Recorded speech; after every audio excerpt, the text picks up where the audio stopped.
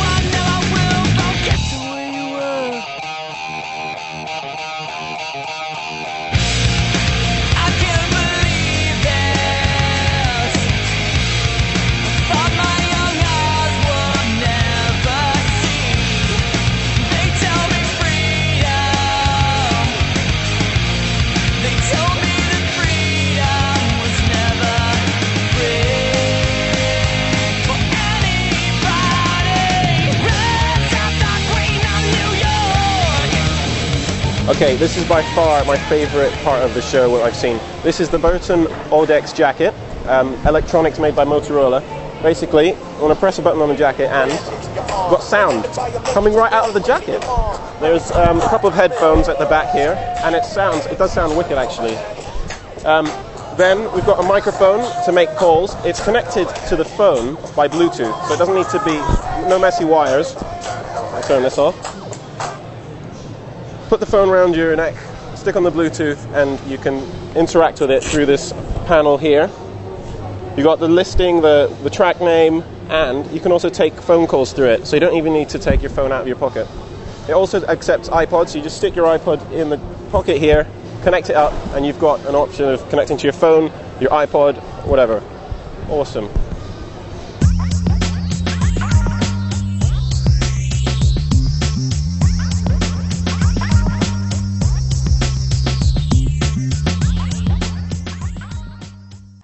Okay, so we're here with Dan Wakeham. Everyone's still talking about the Olympics at the moment. What have you got lined up for this season coming? Well, this season, going to be still doing the World Cups and following that circuit, but we've just picked up sponsorship from Zoom Airlines, so we're going to be flying to Canada and the States more to do some of like the American tours. Just because in America, you know, the Americans are at the top of the game really, and they put so much money into the facilities and stuff, so to go and continuing the quest for world domination. Yeah, pretty much. As much as you can. Right, you ready for the quick fires? Yeah, go for it. Okay, powder or park? Park. Rail or pipe? Pipe. Beanie or baseball cap? Dunno. Neither? Depends on the weather, really. Okay, that's valid. Beer or vodka? Beer. Tartiflette or shepherd's pie? Shepherd's pie. Tattoo or piercing? Tattoo. Riding on your own or riding with your family? Riding my own. Pink wafer biscuits or jammy Dodgers? Jammy Dodgers. Okay, I've got a video for you to see, and this is from an event that was actually in one of the previous, in one of the previous Snowfix episodes. So can you just talk me through this? Well, this was at Busk at the end of the season. Let's see that choice. Is this an average day for Mr. Dan Wakeham? Well, no. Have many of the parties this week been a similar affair? No, not this week, because I've been having to ride in the demos every day. I can't really handle getting too hammered and then having to... Very mature approach, it's good. Well, I've learned my lesson enough times, okay, put it that way. Alright, well, good luck with the season, buddy. Thanks. Thanks for the chat.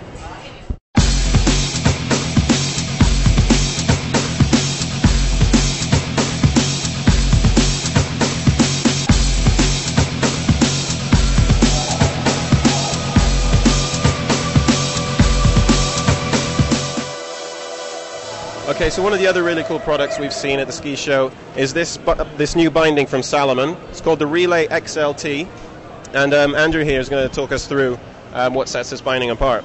I've noticed that there's kind of a soft heel back and a wire system, almost like a flow binding. How does that help the ride? Okay, well, like with the flow binding system, they generally use it as a forward lean kind of tool, where the wires in this is used as a power transfer, running through the actual side of the binding and then into the base. And using these titanium rods gives you a direct power transfer from here all the way through your heel motion. Generally it normally comes from the toe as you flip your edge, but this actually comes from the toe and the wire, giving a much more responsive turn. The same thing using the heel cup. The ankle strap is set higher to give you more forward movement rather than upward movement, and it's just a more direct, more powerful transfer edge to edge. The heel cup, as you see, like you said, is soft.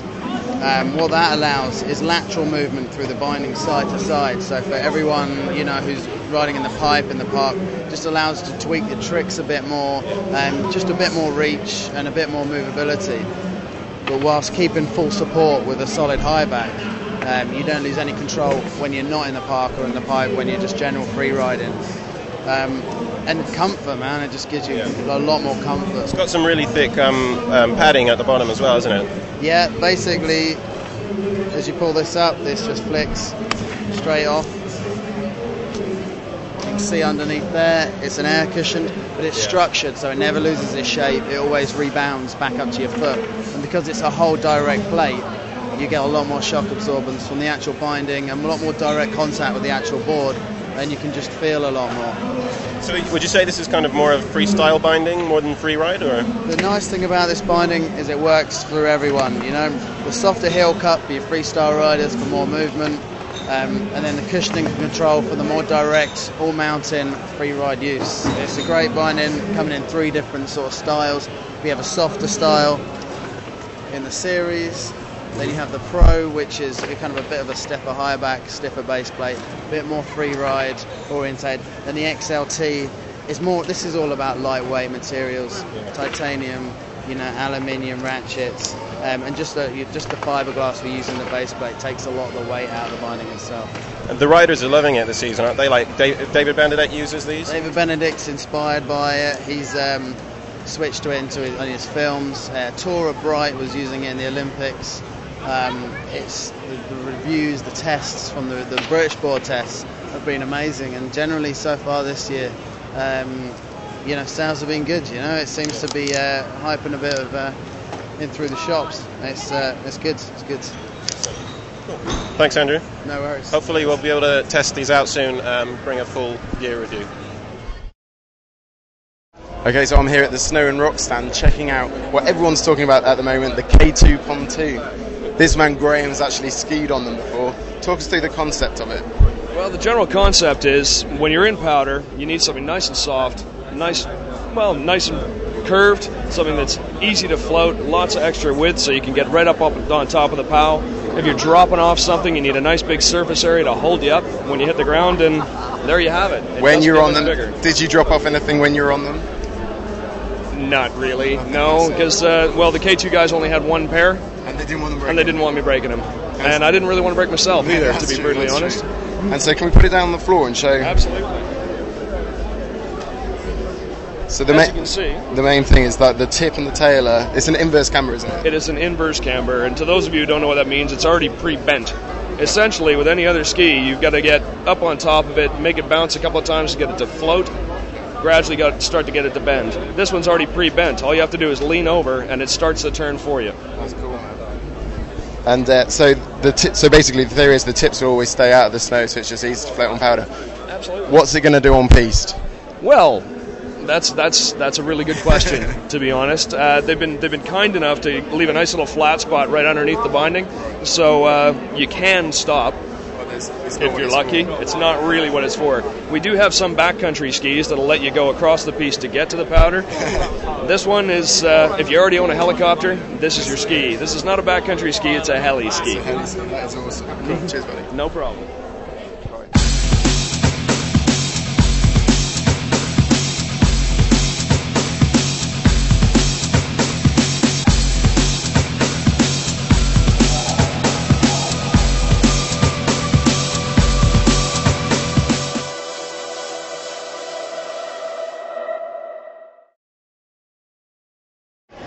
Okay, so we've had lots of viewer feedback this week asking us about how to go about getting jobs in season. So we've got our seasonaire specialist Vicky here from natives.co.uk. She's going to give us some tips and we're going to answer some of the questions you've been asking us.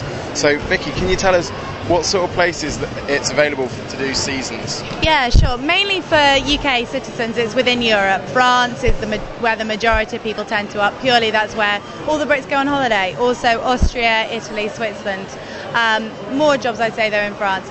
There are a few jobs available in Canada and America, but you do have to make sure that you get the right visas to go over there as well, which can be tricky. Okay. Is there a lot of competition for jobs? Yeah. Well, certain jobs there is. Bar staff in particular, really, really hard to get a bar job. You know, it doesn't need that much skill. Everyone can do it. Loads of competition. If you're a cook or a qualified nanny, you can have your pick. Wherever you want to go, you can go, pretty much. What other jobs are there available in resort then? Well, ski instructor is the obvious one. Lots of people aspire to be a ski instructor. Obviously, to do that, you need to get the right qualifications. Loads of different courses and things out there for doing that. You can also work as a chalet host. That's kind of the typical one, the one that's best known. The documentaries. Exactly, and they don't all live like they do in the documentaries. It's a hard work. It really, really is hard work, but it's a lot of fun as well. So when do you need to apply for these jobs? Well, the jobs start going in around kind of June time. That's when the companies start looking, but it runs right the way through, right up until the beginning of the season. Okay, so it isn't actually too late. Definitely not. You could still do a season. Not too late. In fact, there are even jobs available come January time because people start breaking their legs, unfortunately, getting homesick, or just finding it's not quite right for them. And so you can pick up jobs even once the season started. So in terms of the jobs themselves, what's the pay like?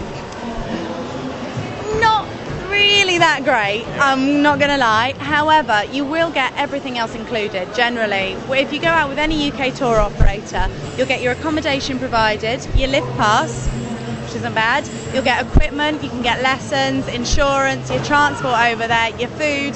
So then your pay is really just your beer money. Yeah, exactly. That's cool. Yeah. Okay, accommodation. It's cramped, isn't it? No, it does vary. You know, I have my first season, I lived in a basement with 5 other people with a window this size. Not so good. But then, you know, I've also lived in a luxury apartment. And you can kind of either live in or live out, isn't it? Yeah, both of them have their pros and cons. You know, if you live in, you wake up at 5 minutes before you've got to be at work and you're there.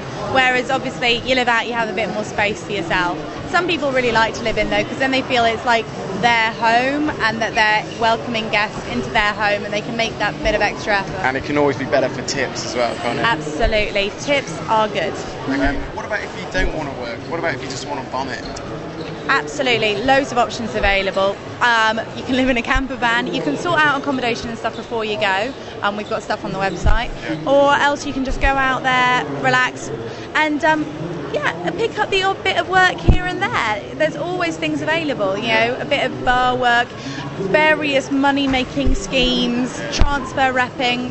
There's plenty of tips on money-making schemes on the website. There is indeed, yeah.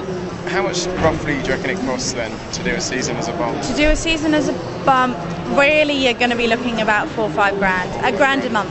Yeah, but then no work, ski every day. Exactly, you can be out there for the fresh powder. What a holiday. And do you have any other handy tips? Other handy tips. Make sure that your CV, if you are applying for a job, that you tailor it to the job that you're applying for. Don't just send off a random CV to everyone. Make sure that you look at what they're actually looking for and then you tailor it towards them. Other things, if you like Marmite, take it out with you. Yeah, you're not gonna find it. No, unfortunate. And yeah, lots of paracetamol and Alka-Seltzer. That's good tips. And basically, if you're thinking of doing a season, Natives, the website .co.uk, is exactly set up to tailor your needs. So anything that you need to know and to apply for positions, there's good links. And there's always people like Vicky on the other end of the chat rooms there, answering your questions and basically sorting out your season so you can get there and ski every day. Thank you, Vicky. No worries.